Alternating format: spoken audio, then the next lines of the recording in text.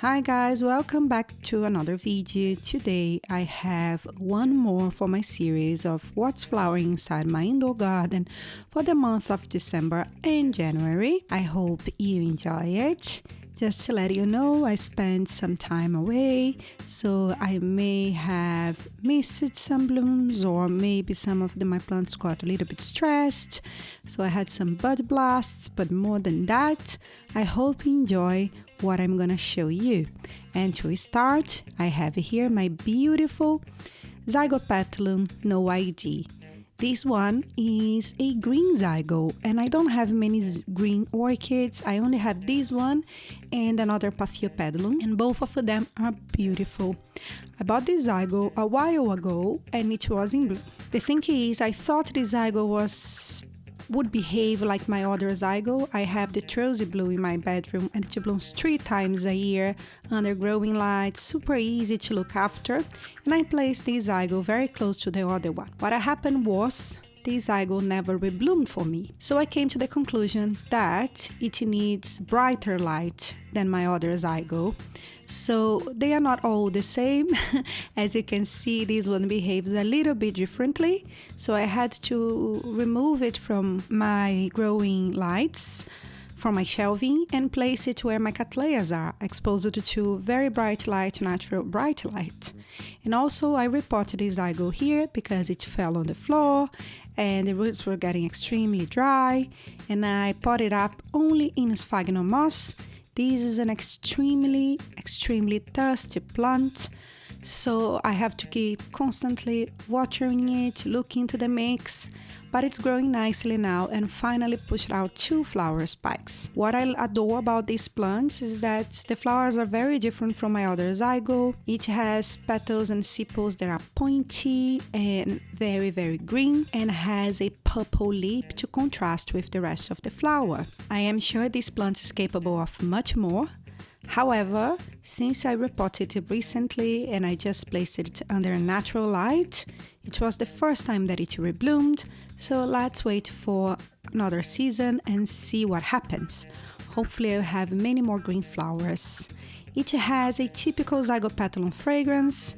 This one specifically I cannot feel in my living room if I don't sniff into it, but I don't like the fragrance. I have scent sensitivity, and this is the kind of fragrance that I cannot stand. I cannot have it very close to me because it's very powerful. And the disadvantage of this plant, I would say, is the size. Zygopetalums are massive plants. They grow and they spread their leaves all over the place. But if you have space for one, I think the flowers are wild, exotic, and beautiful. The next plant is a cattleya, and believe it or not, I have 3 cattleyas this time, which is amazing if I compare to most of my other months. This one I've recorded a video for you in December with a spotlight video actually about this beautiful plant. It is a no ID that was gifted to me by another orchid collector who lives in the Netherlands.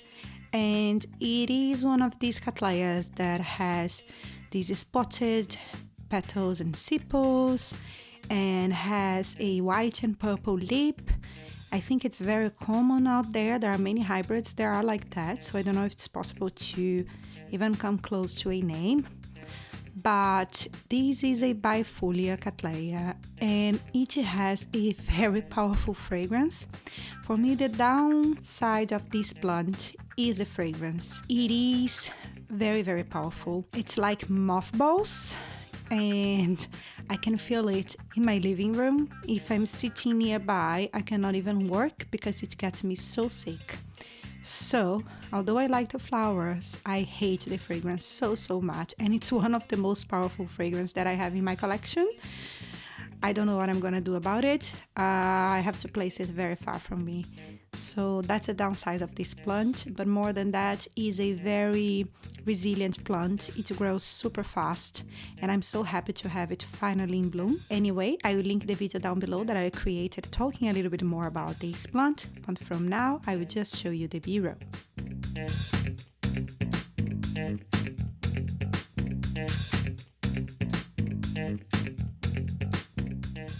The next one is my Cattleya Crystal Smith Nathan Reward.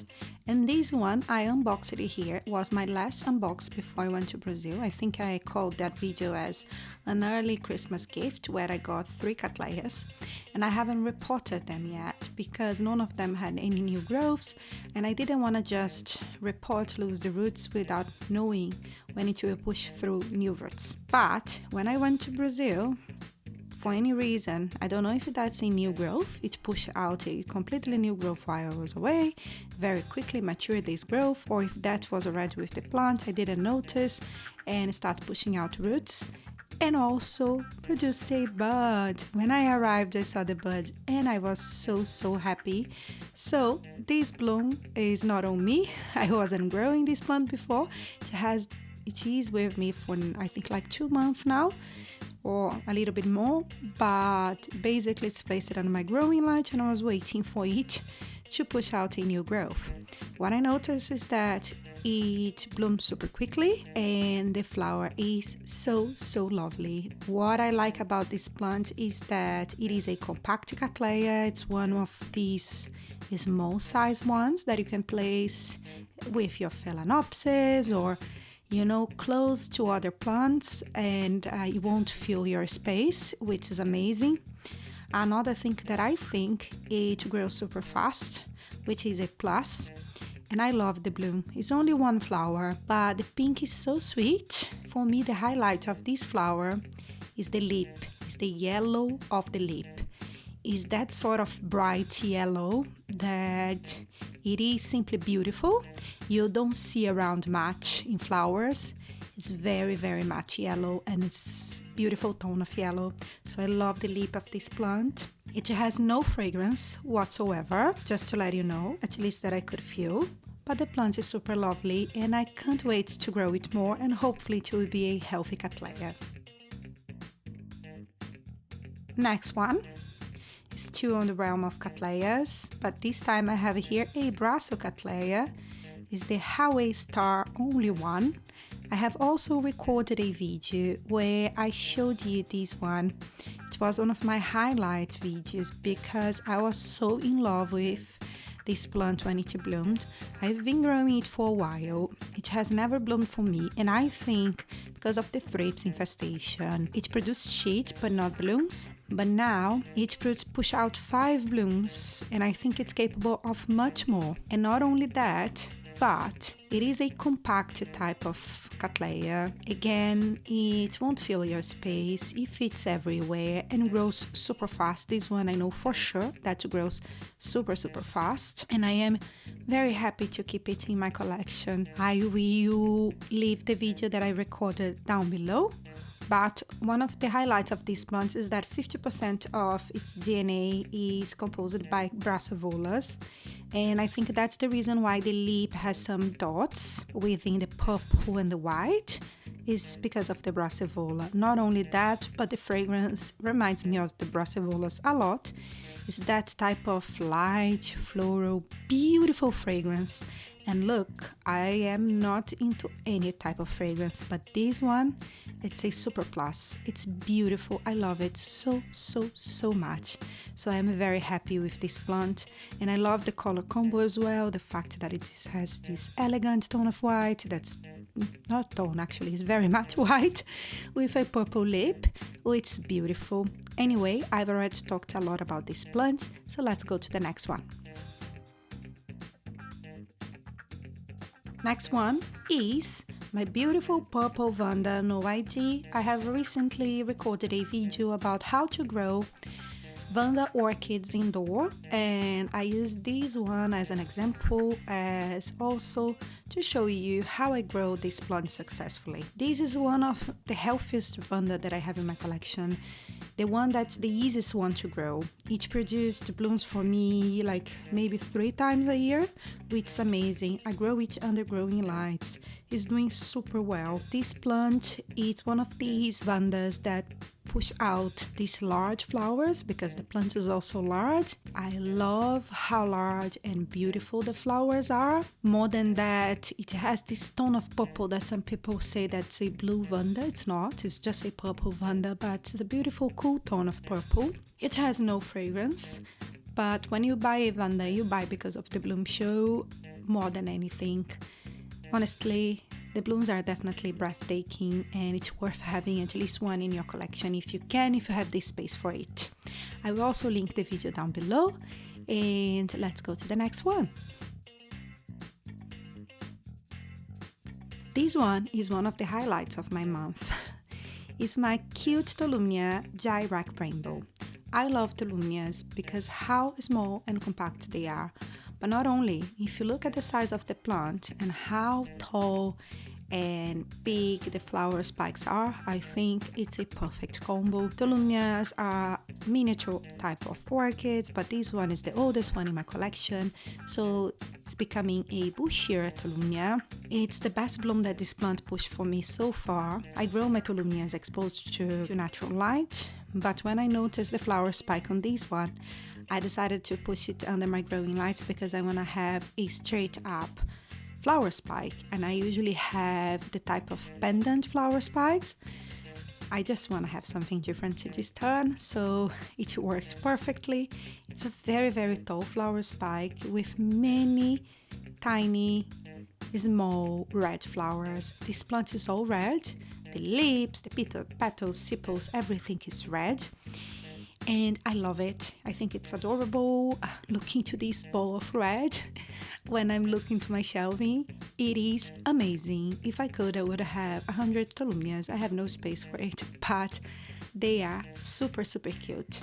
And I love this one so much. Just to let you know, this is one of the fastest Tolumnias that I have in terms of growth in my collection. I have other Tolumnias, some of them a little bit slower than this one, so there are some difference between different hybrids, which is normal, but this one is definitely a quick one and a very resilient plant.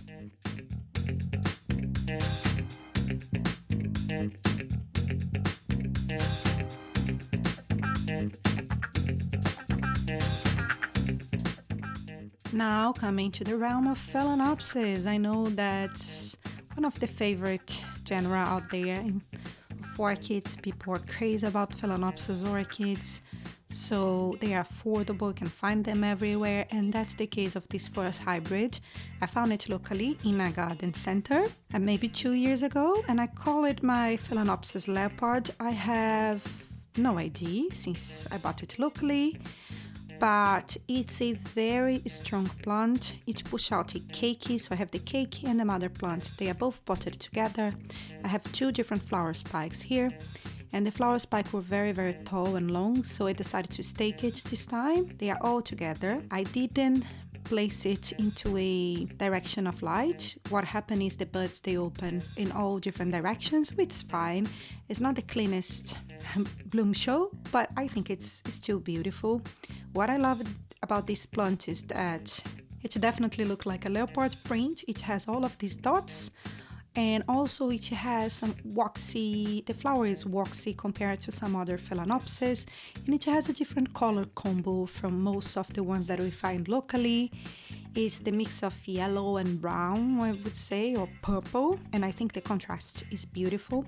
When the flower first opens, it's a little bit stronger, it's yellower, and then it fades a little bit. But more than that, this plant is capable of being in bloom for at least 2 to 3 months, and it grows so fast. It has so many roots inside this pot, so I love this one.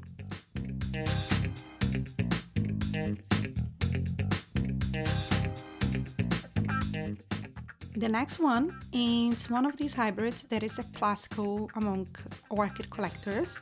Is my Phalaenopsis Shingray's Gold Stuff.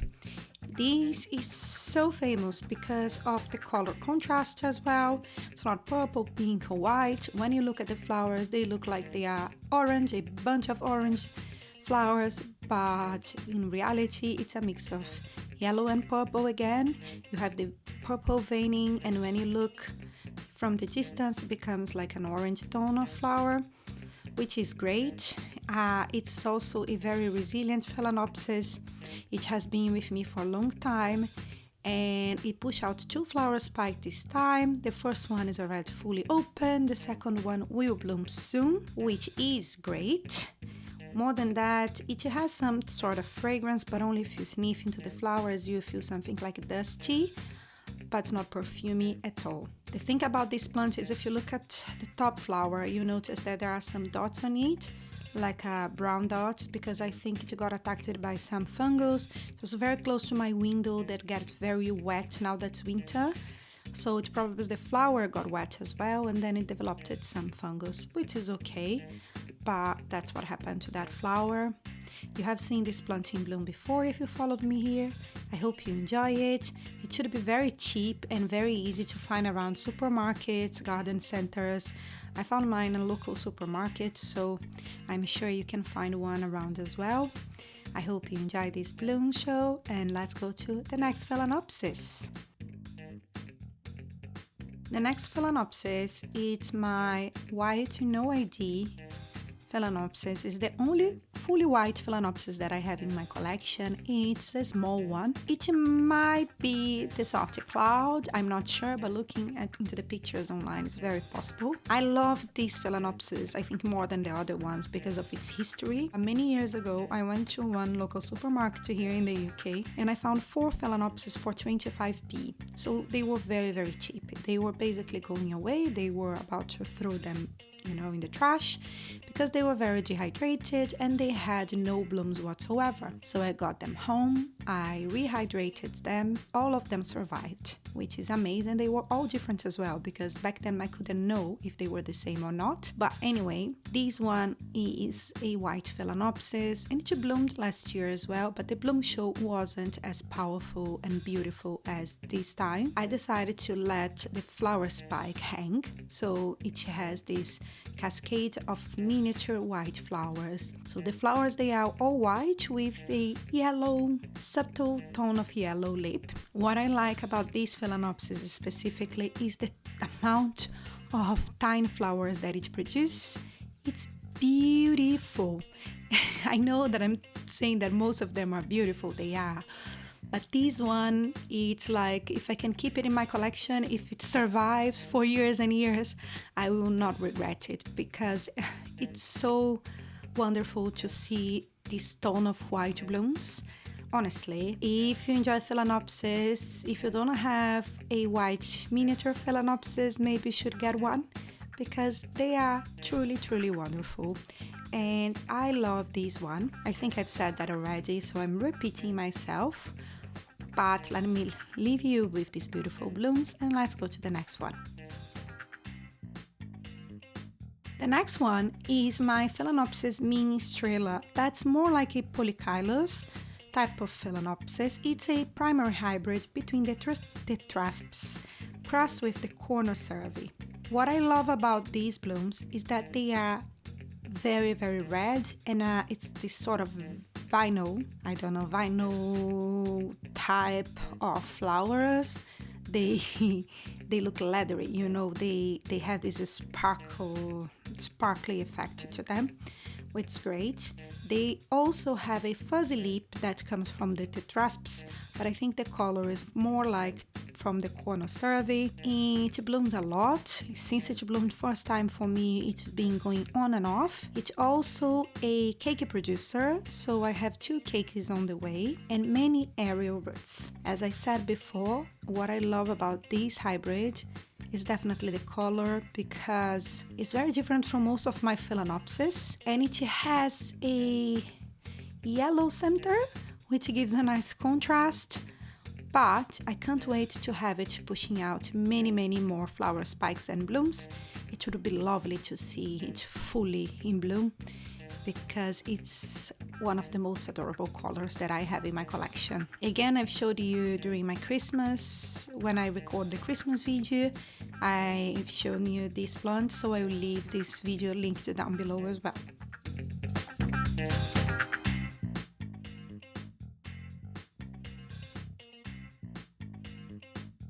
Still in the realm of the polychilous type of orchids, The next one is one that I've showed you before. It's my Penang Girl. It's a Violacea hybrid. Violacea hybrids are beautiful phalaenopsis. If you have a chance to have one, it would be really nice because the shape of the flowers are gorgeous. Usually some of them have beautiful colors. This one, it's a light tone of red, you know, and I think it's very elegant when I look at its blooms. It's different from the other one. It won't be blooming all the time, but it's capable of blooming more than once a year. And also it has a fragrance that I think probably is related to the Violacea because it's a little bit spice. It's different from the Barrina that has a more floral type of fragrance, but it doesn't get me sick. You know, I'm not gonna be sniffing to it all the time, and I cannot feel it from the distance. But what for me makes this so beautiful is the shape of the flowers. I love how they look. I love the lip as well, has a tiny contrast to it. And that's not my only Violacea hybrids. That's why I'm saying they behave similarly in a way. And they are pretty strong phalaenopsis. They grow super well as well. And I love this one. I love all of them, as you probably know. Let me know which phalaenopsis is your favorite here, which type of orchid is your favorite, and which one of these you enjoy the most as well. Would love to hear that. Let's go to the next one. The last one is my beautiful Paphiopedilum Mrs. White. I've shown you this one before as well. This one is a Paphiopedilum hybrid that blooms every year for me. So some people say Paphiopedilums are slow, but if you have some of these hybrids, you won't regret because they are capable of blooming maybe more than once a year, and they don't grow as slow as you could think that they do, which is great. For me, this is one of my favorite Paphiopedilums at the moment because of the flowers. They are white, beautiful. Talking about elegance, I don't think there is anything else that is more elegant than these flowers. This time I have two directions of growth, so both of them push out a flower spike and bloomed. Unfortunately, I didn't get it when it was on its prime, so the flowers have some brown marks because I think they will fade soon. But they have been bloomed for a month. It's a good time. The flowers don't fade quickly, which is another bonus. It has no fragrance. Most Paphiopedilum has no fragrance whatsoever. And also it has some mottling on the leaves, but it's very subtle, so that's not the kind of plant that I would buy because of its leaves, but because of the blooms. Especially if you look at the flowers, you will notice how large and beautiful they are. So I don't think you would think about fragrance or nothing else when we look at that. Again, it's one of these hybrids that I super recommend if you like Paphiopedilums or if you'd like to try one, because it is an easy to grow type of Paphiopedilum. It grows so quickly, it pushed out new growths, so all bonuses there. These plants usually are compact type of plants, so again they fit in most space. On top of that, like Phalaenopsis, Paphiopedilums are very adaptable in terms of light, so you don't need to place them in a super bright window or under growing lights. If you have some curtains in direct sunlight, they will grow and they will bloom for you, which is perfect. So I cannot recommend this plant enough because I think it's beautiful, super easy to grow as well. And that concludes my video about what's flowering inside my indoor garden. Let me know if you have a favorite bloom this month, which plant you enjoy the most. I'm sorry that I was saying that all of them are so beautiful, but in my mind they kind of are. And with that, I will conclude the video here. Please hit the like button, subscribe to my channel. I'd love to hear from you. And more than that, I will see you soon. Bye bye.